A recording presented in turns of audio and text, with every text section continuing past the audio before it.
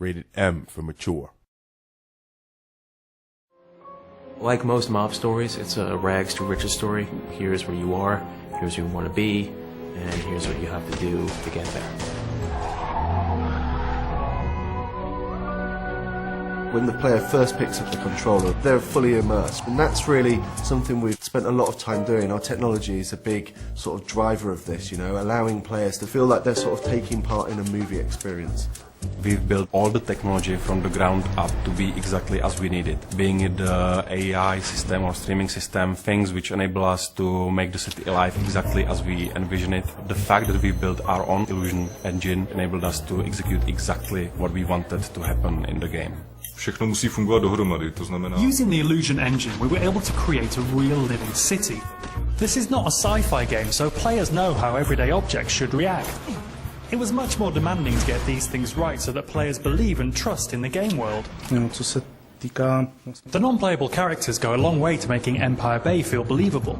We have a very elaborate system that allows them to behave normally in the city. For example, waiting at traffic signals before crossing the road. It shows that our game is not only good fun, but also that there is attention to detail. Every bullet you shoot, it has some impact. It can destroy a piece of the environment, it can injure the characters. The physics engine has a big part to play in this. Whenever a player destroys an object, it can cause a chain reaction of destruction. For example, shooting the gas tank of a car can cause it to explode, killing the enemies around it. Because of the sheer number of destructive possibilities, we needed the lighting to be dynamic. Our illusion engine is perfect for this. It can display lots of different light, cast realistic shadows, and it reacts to the real-time events happening around the player. Podstatná část Mafie jsou... In order to link this world with the gameplay and the great story, we needed to create cutscenes that were like short films. It's a very important thing for Mafia, the fact that the game looks like a movie. With a huge story in a living city with all of these characters, you need to see what Vito's thinking, what he's doing. You need to see what other characters are doing. You need to see what's going on down the street, maybe. In order to create the cutscenes, we built our own cutting editor and engine. This enabled us to play the cutscenes in-game and in real time.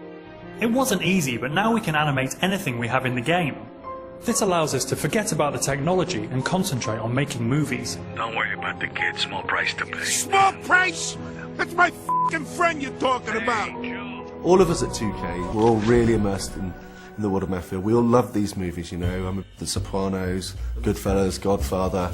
Movies that portray the real mobsters as real people. I grew up with guys like this, so I looked at the story and I was like, okay, this guy is like, you know, this guy I grew up with, this guy's like another guy I grew up with, and then I just, you know, add a little more character into the characters.